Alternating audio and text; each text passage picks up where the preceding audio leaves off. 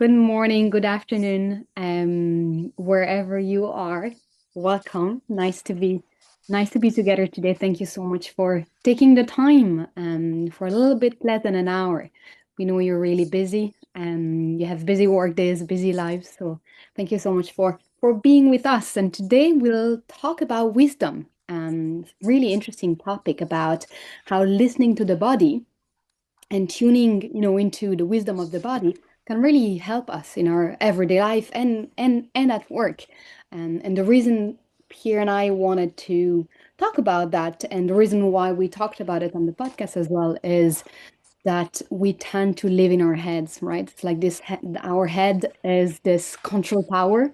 And sometimes we just get lost, we get stuck up there, and we're completely disconnected from our bodies. We're thinking, analyzing, investigating, solving problems, fixing, planning, reacting, worrying. That's part of the trend of being human as well. And of course, thinking is important. Thinking can lead us towards, wonderful destinations and really help us in all our endeavors in life and at work. But many of us have experienced that thinking alone is not enough, right?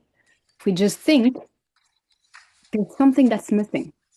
There's some kind of wisdom that we're not tapping into.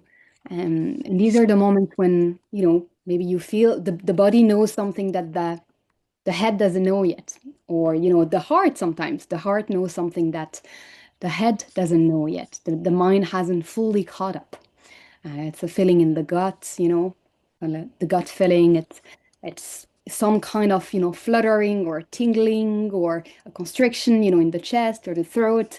It's a sense that something is aligned or not aligned. Something is quote unquote, right or wrong in that moment. And yet these experiences are extremely powerful, and yet we tend to ignore them because we're so stuck in our heads that sometimes we just don't notice them. They're here but we don't pay attention. So today is about how can we pay more attention, right? How can we pay more attention and tap into that wonderful resource, that wonderful wisdom that the body has. And this is a kind of a quality of presence, a quality of listening, and a deeper sense of awareness that is spoken about in many different wisdom traditions and modern science as well. And we had a conversation recently with Dr. Fisher, as you might know, cardiologist, and he's also a mindfulness teacher. Um, which really inspired us to dig deeper into this topic. So if you haven't listened to that conversation yet on the podcast, I highly encourage you to do that after today because it's full of insights. So this is where we're headed today. We'll look into how the brain and the body are constantly communicating, whether we listen or not. And an example of that is when we are under stress, right? We're feeling stressed, and if we stop and pay attention to our body, we might notice how the stress is showing up in the body, right? We might be breathing differently. We have that stress hormone that's released in the body, which affects how we think, perceive, feel. And if we stop and notice what's happening in the moment, we might indeed sense the body being under stress. Like I said, it can be a different breathing, it can be, a racing heart, it can be, sweating, it can be all kinds of things when we are under stress. So that's the first topic we'll dive into today is how, our brain and our body communicating, whether we know it or not, and how can we pay more attention. So that's the first aspect. Yeah, thank you, Sarah, for describing that first aspect. So, in summary, we're under stress, the body, and we're aware of it. So we know we're agitated, and then the brain releases the stress hormones, and then the body starts to show that, tightening here, tightening there, and then we feel it. There is a whole other aspect of this, and this is the one I'd like to focus on, which is where the body is scanning basically what's going on around us, and it's doing it so quickly before even our mind realizes what's going on. So it's processing cues related to things like safety and threat and tension and trust. Also things like inconsistencies that it notices that we may not consciously even notice, and emotional tones of what's going on. And our body catches that and reacts physiologically to this information before our mind can fully interpret the situation. So this is part of what we might describe as a gut feeling, a reaction that emerges before a conscious mind can fully understand and explain. So something to note here, it's not that the body magically knows the answer, but it's that the brain and the nervous system are constantly processing information beneath the level of conscious thought. So from this, two very important conclusions for us to think about. The first one is when we experience these gut feelings, it's important to realize that there is some wisdom behind them and listen and explore. So that's the first important part. The second important part is it's also important to note that these gut feelings and the way our nervous system interprets the information it's capturing are influenced by our past experiences, our history, our background, our conditioning, and past trauma. And therefore, these gut feelings need to be mindfully and carefully reviewed rather than just taken for granted or blindly trusted.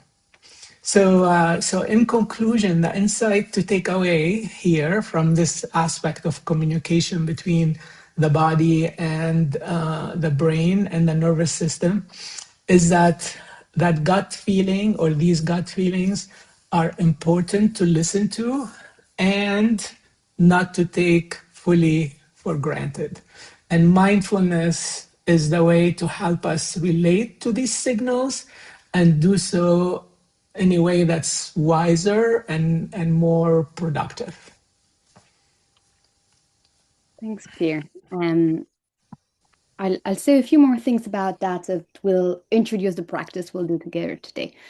So you were talking about mindfulness helping us, almost translate the signals we're getting, because indeed it is a two-way loop, right? The brain, the nervous, our thoughts and our heads are influencing those gut feelings and how our body is feeling. And based on those, all those different ways we are stimulated, these can influence the way we're thinking and feeling. So if we're not mindful of that, two-way communication, we might just overreact sometimes. So that is how mindfulness really gets handy there. It helps us slow the process down. So it helps us slow the process down enough to have a little bit more clarity in the middle of it. So when we notice when we are, outside of our heads and noticing our bodies having a strong reaction, instead of completely, going into it or panicking, if it's restlessness, anxiety, stress, can we just pause for a second, and instead of letting these reactions take over, just, take a few breaths and understand a little bit better if we're just reacting to what's happening, or if there's really something that, that where is this energy going? So if we're becoming entangled in it, or if we can just take a step back and understand very calmly what needs to be responded to and what needs to just be held in the moment. So that's what we'll be exploring that in the practice today, is creating that space where we can hold what's coming up, whether it is that physical sensation or whether it is that mental manifestation in thoughts or, how we're feeling, creating the space to hold what's here in this moment so that then we can respond. So we've talked about that already quite a few times. This is kind of the foundation of mindfulness meditation that is applied to all kinds of situations and felt experiences. So we'll create that space together in that practice, the space to notice what's happening in the body, the space to notice what's happening, with our thoughts and with our emotions, um, and making space and holding it without trying to fix or move or change or transmute, or just holding it, creating space for it in this moment before going into the response. So we'll do that for the next 10 minutes or so, 10-minute practice. And yeah, that's what we'll practice. And keeping in mind this invitation, the encouragement here is also to keep in mind that wisdom we've been talking about, that wisdom that we all have the capacity to tap into. All our bodies have that capacity to be wise and sometimes to know before the head knows. So maybe this invitation today is to try to put a toe into it maybe, or try to touch it even if it's lightly, just getting curious about what this wisdom could feel like in the body. um, so we'll practice whether you are sitting, standing, lying down, whatever is most supportive today. um,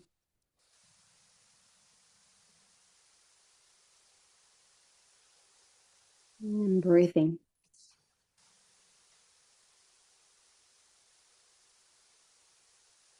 maybe softening the shoulders, relaxing the hands, softening the jaw, the forehead.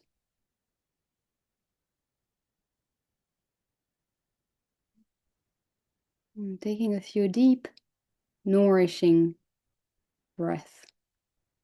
This intention to slow down, this intention to be still for a little while.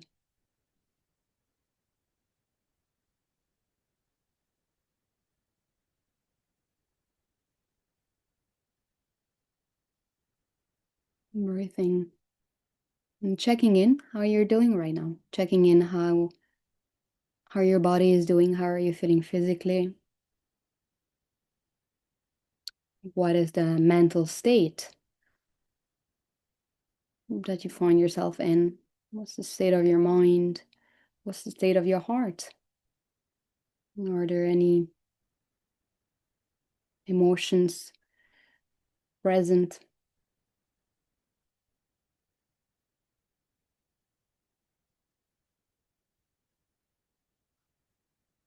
Mm, Making space for all of this to be here for now. They'll be part of the practice. Those sensations, thoughts, emotions, they'll be part of the practice. And they might have wisdom in them. So we'll practice discerning when we are noticing. And I invite you to bring to mind a situation that happened recently at work, if you find one, or in your personal life, if you'd rather today, a situation that brings some unpleasant feelings. So it might be something that happened, a conflict, a conversation. It might be someone going, maybe stress or anxiety, overwhelm. Maybe it's just something that's vaguely unpleasant. So you have maybe this gut feeling or this background feeling, this sense of something. Bringing the situation to mind.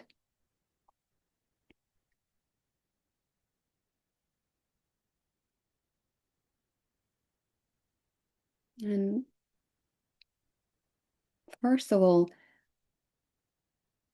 accepting that this is how the situation is feeling right now. So noticing if there's any resistance to the situation. Do you find yourself tensing or trying to push it away, to get rid of it, or to want nothing to do with it, to avoid it. Noticing if there's resistance, avoidance.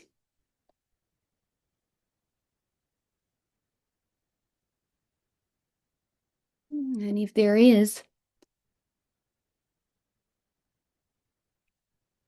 gentle encouragement to transform the no that you might be sending to those feelings or thoughts or sensations into a yes. And if that's difficult to say yes to that experience right now, maybe just the spirit of yes. The spirit of yes. Yes,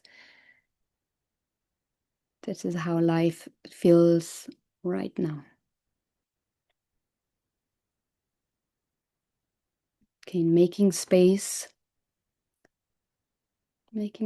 for what you might be feeling, thinking, sensing.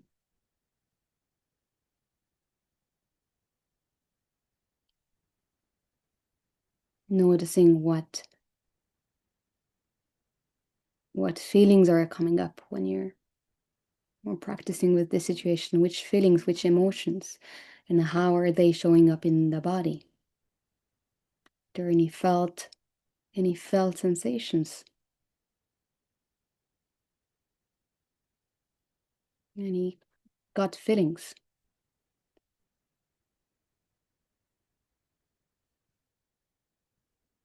What about thoughts? How are your thoughts in that situation influenced by what you're feeling and what you're sensing? And how are your thoughts maybe influencing what you're feeling and sensing?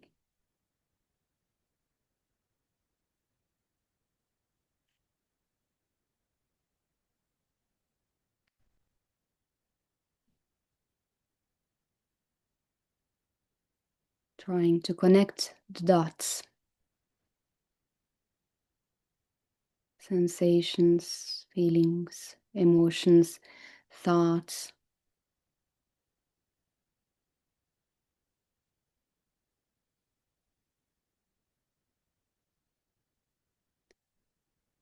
There's wisdom in listening to how they communicate with each other.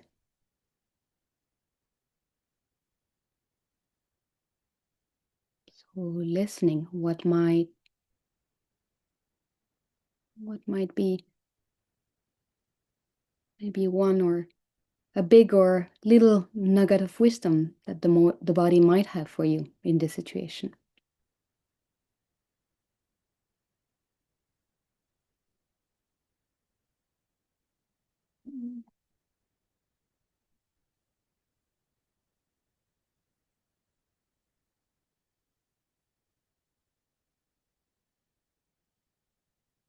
Breathing, keep breathing into what we're feeling in the moment. Maybe the sense of spaciousness is increasing. We're making more space for what's present. We're saying yes more than we're saying no. We're softening how we relate to what we're feeling and thinking. Wisdom can be very subtle. The wisdom we find in the body can be very subtle.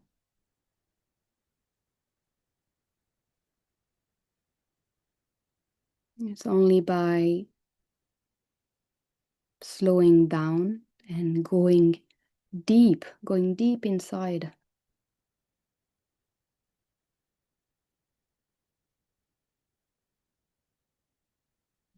We can give ourselves the gift of listening when that wisdom is so subtle. And sometimes it's very obvious because it's manifesting very strongly in the body.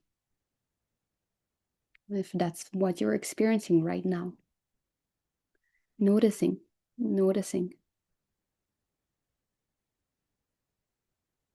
Is that wisdom? Is that showing you the way or a certain direction? Or is that inviting you to pause for a little bit, to understand better where that strong sensation is coming from in the body? We'll stay there for another minute or two, listening.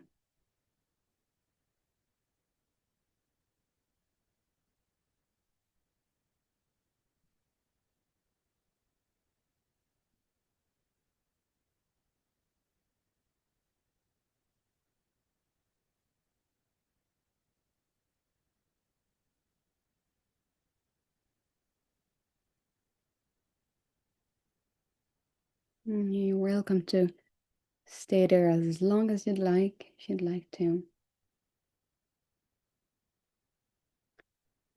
stay focused inwards for a little bit longer. But whenever you're ready, I invite you to open your eyes again if they were closed, and maybe reflecting for a moment on how you're feeling right now compared to the start of the practice, physically, mentally, emotionally. How are you? Is there a level of depth, a level of a quality of presence, maybe that's here, of clarity, of wisdom?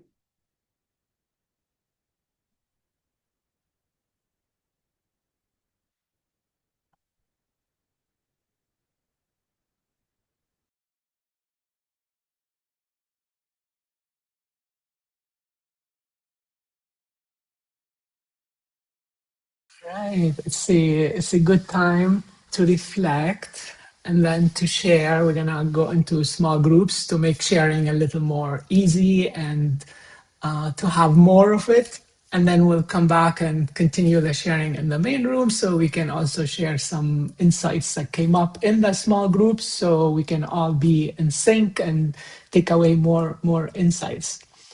We do have a few prompts to help you think about, what could be the sharing. But of course, these are just invitations, and feel free to share whatever came up for you or whatever you think would be supportive for your practice. And one thing that came to my mind is the phrase we usually use: trust your intuition. And intuition is also another way to say gut feeling. It's a really interesting phrase, and I think it could be interesting for you to reflect a little bit on it in the context of what we discussed today, and see what that means to you, and how would you look at this in light of everything we discussed today. Does that change anything in the way you look at this idea of trust your intuition? Does this change anything what we talked about today? And then a few other prompts. So I'm gonna go back to the screen here for a moment. So yeah, so those are additional prompts. If it helps, if one of them resonates with you. So a recent moment when your body was signaling something important to you. So think about that. And are there areas where you can benefit from listening, being more attentive to what the body is telling you? How does stress typically show up in your body? And then any practices that could help you realistically integrate what we talked about today into your week. So those are additional thoughts. Let me put them in the chat so you have them more easily accessible. And we'll start the breakout rooms, give you a few minutes to connect. and then and by the way, breakout rooms, they're optional. So if you prefer just to stay here with us and reflect or talk to us, feel free. So the breakout rooms are optional, but they're a great way to really connect with the community. So we encourage you to do it, but it's optional. So let's go for 7. Okay, here we go.